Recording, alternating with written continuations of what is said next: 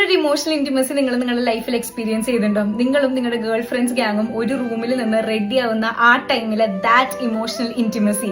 ആ സമയത്ത് റൂമിൽ നല്ല ഒച്ചപ്പാടും ബഹളമായിരിക്കും. ബിക്കോസ് കോംപ്ലിമെന്റ്സോട് കോംപ്ലിമെന്റ് ആയിരിക്കും. Someone will be hyping you up. Like അതിന്റെ മുമ്പിൽ നമ്മുടെ ഇൻസെക്യൂരിറ്റീസ് പോലും തോറ്റുപോയിന്ന് വരും.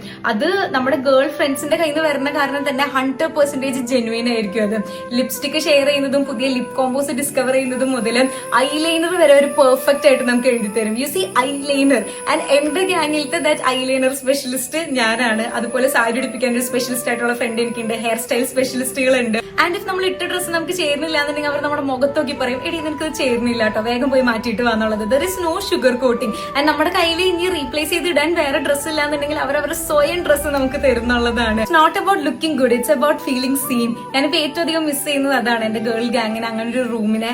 ബിക്കോസ് ആ റൂമില് ചുമ്മാ നമ്മൾ ഒരുങ്ങുക മാത്രമല്ല ചെയ്യുന്നത്, ആ റൂമിന്റെ അകത്താണ് നമ്മുടെ ട്രസ്റ്റും കോൺഫിഡൻസും ഇമോഷണൽ ഇന്റിമസിയും ഒക്കെ ബിൽഡ് ചെയ്തത്.